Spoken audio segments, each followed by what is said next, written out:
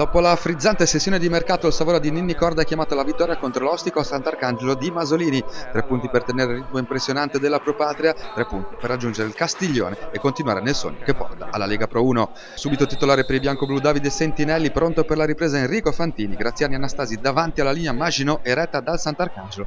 Sant'Arcangelo che apre l'ostilità proprio con Anastasi dopo soli 4 minuti di gioco, con questo diagonale che fa la barba al palo della porta difesa da Simone Aresti. Gara che sonnecchia fino al 20° minuto quando il grande ex Luigi Scotto trova il varco per scardinare d'Arcigna difesa Clementina. Locatelli lo stende così al limite, incappando nell'inevitabile espulsione che potrebbe cambiare l'inerzia del match. Potrebbe però, perché la rovesciata inoffensiva di Sentinelli sul calcio di punizione conseguente e il colpo di testa fuori tempo e fuori misura di Francesco Virdis alla mezz'ora sono gli unici 2 timidi tentativi bianco-blu prima di fine tempo.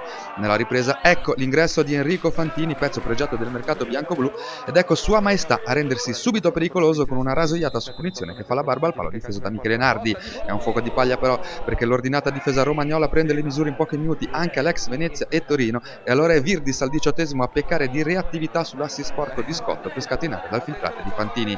Lo stesso capo cannoniere del campionato prova lo sfondamento alla mezz'ora, rimanendo anche in piedi su quello che poteva essere un quasi sicuro calcio di rigore, ma non riesce a concludere pulito in porta.